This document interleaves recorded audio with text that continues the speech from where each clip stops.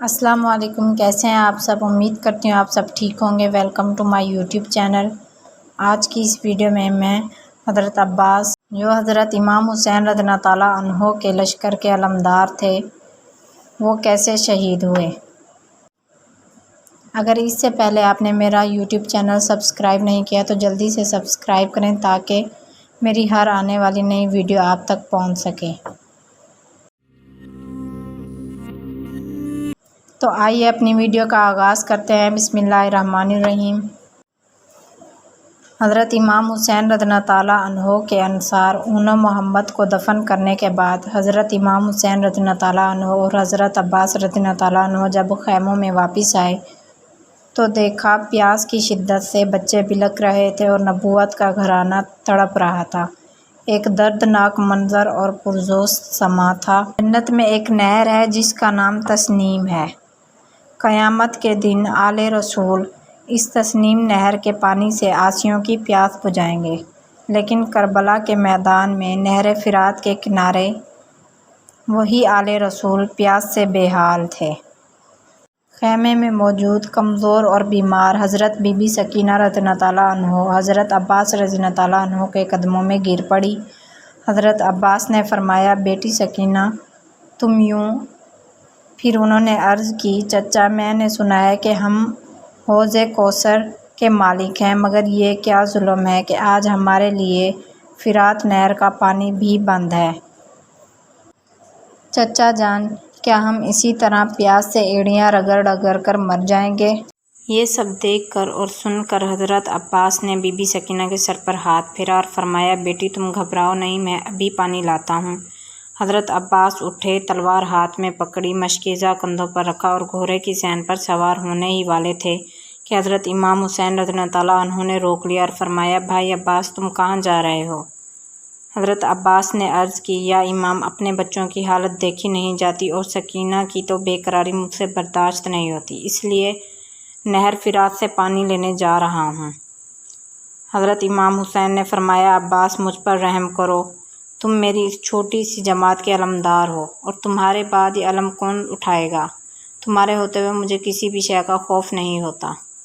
عباس علمدار کربلا نے نواسہ رسول کے ہاتھ چومے اور کہا، یا حسین میں بھی جانتا ہوں کہ اس میدان میں ہمارے لیے موت کے سوا کچھ نہیں رکھا، مگر موت جو اللہ کی راہ میں آئے وہ موت نہیں زندگی ہے۔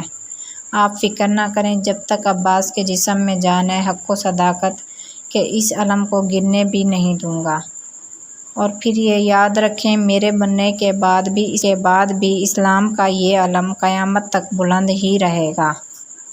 یہ سن کر حضرت حسین کی آنکھیں اشک بار ہو گئی اور فرمایا، اچھا عباس جاؤ۔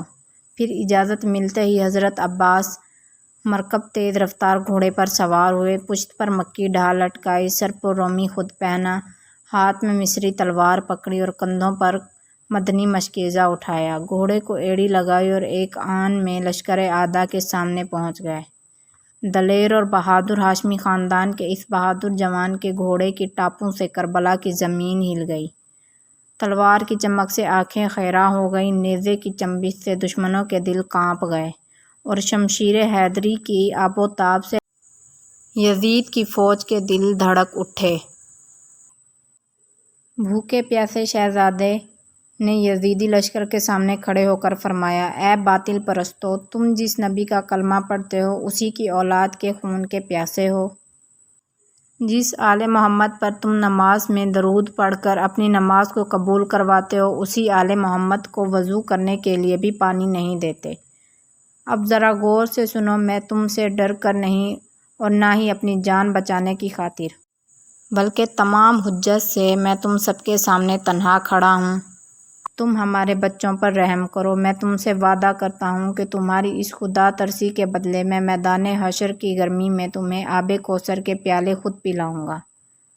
حضرت عباس کی اس ایمان افروز تقریر کے بعد بھی پتھر دل انسانوں پر کوئی اثر نہ ہوا اور عمر بن سعد نے حریثہ بن زید کو حکم دیا کہ تم جواب دو۔ حریثہ بن زید لشکر سے نکلا اور بولا، اے عباس، جو بھی تم نے کہا سب کچھ ٹھیک کہا ہے، مگر آج پانی ملنے کی ایک ہی صورت ہے، اگر تم یزید کی بیعت کر لو۔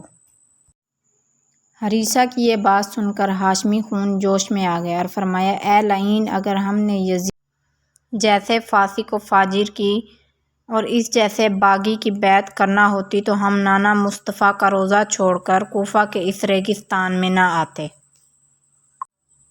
تم نے یہ سوچ بھی کیسے لیا کہ پانی کے چند قطروں کے عوض ہم اپنی گردنیں باطل کے آگے جھکا دیں گے؟ تم یہ یاد رکھو، ہم اپنی گردنیں حق کی خاطر کٹوا تو سکتے ہیں لیکن باطل کے آگے جھکا نہیں سکتے۔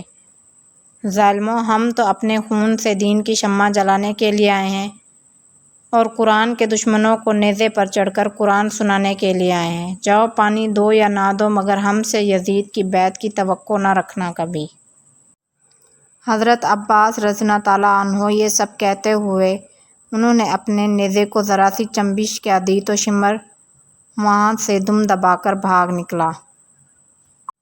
پھر حضرت عباس نے اپنے تیز رفتار گھوڑے کو اشارہ کیا، وہ چاروں قدم اٹھا اور ہوا ہو گیا اور حضرت عباس دشمن کی صفوں کو چیرتے ہوئے ہر طرف قتل عام کرتے ہوئے نہر فرات کے کنارے پہنچ گئے۔